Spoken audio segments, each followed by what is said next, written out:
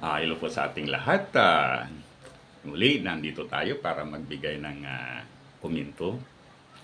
Okay, magbigay tayo ng komento ukol dito sa uh, BICAM committee report na sinasabi na mayroon itong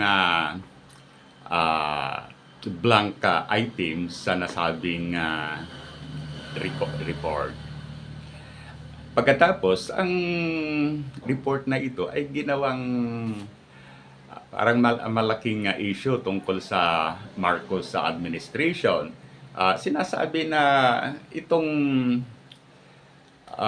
blank item sa nasabing report ay magiging ground para mawala sa pwesto ang present president pagkatapos ang vice president ay makaupo bilang isang president.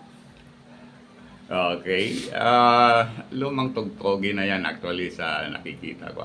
Kasi talagang ang mga Duterte camp ay ginagawa ang lahat ng mga estratehiya, mga tactics, mga whatever fake news para madiscredit ang president, para mawala yung trust ng mga Pilipino sa kanya, para maalis siya sa pwesto. So siguro ang ma-impeach siya, no?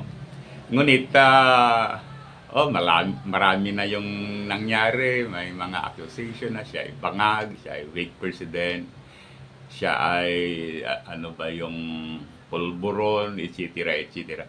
So hanggang ngayon ay hindi pa rin naman siya naalis, pagkatapos last time yung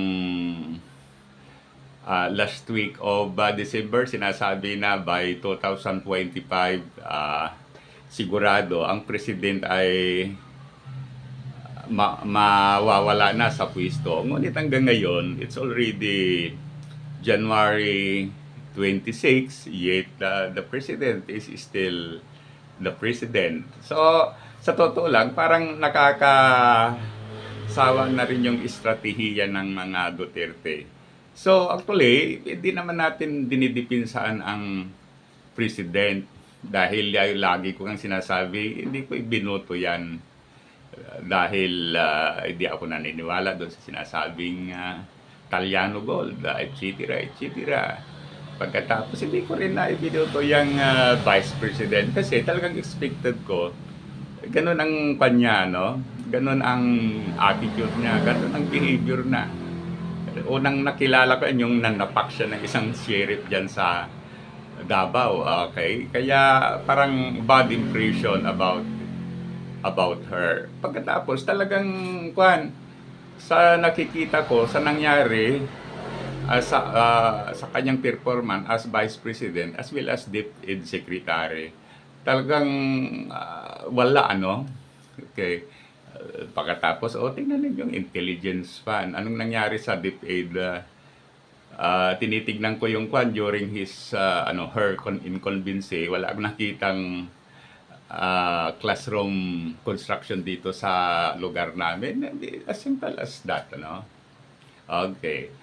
Ngayon, going back, so ginagawa nga ng lahat ng sabi nga ni former President Duterte, sigurado maalis sa pwesto because this is a serious violation according to him. Very serious violation daw ito ni President Marcos. Okay, ngunit malinaw na ito, ito. So, unang-una, tayong mga Pilipino, dapat natin tandaan na ang government natin is consists of three main branches of the government. Ito yung legislative, sila yung gumagawa ng batas. Executive, sila yung nag-i-execute o nagpapaganap ng mga batas. Pagkatapos sa judiciary, ang pinaka-function ng judiciary ay i-interpret yung batas whether these are legal, these are not against our constitutional provision, these are correct, etc. etc. No? Okay, ganon. Ngayon, tignan natin yung kung saan nakita yung blank items. So, ayon sa ulat, yung mga blank items ay nakita yan doon sa bicameral committee report. So, bicameral, in other words, yan ay na-combine yung Senate at saka House of Representative. Let us remember na ang Congress natin, o tinatag ng Kongreso, ay binubuo ng dalawang body. This is the Senate. Ito ang upper house. Pagkatapos ang lower house ay yung House of Representative. O kaya lower house. Okay? So, sila yung gumagawa ng batas. Ngayon, with regards yan sa bicameral report, makikita natin bicameral. So, these are document within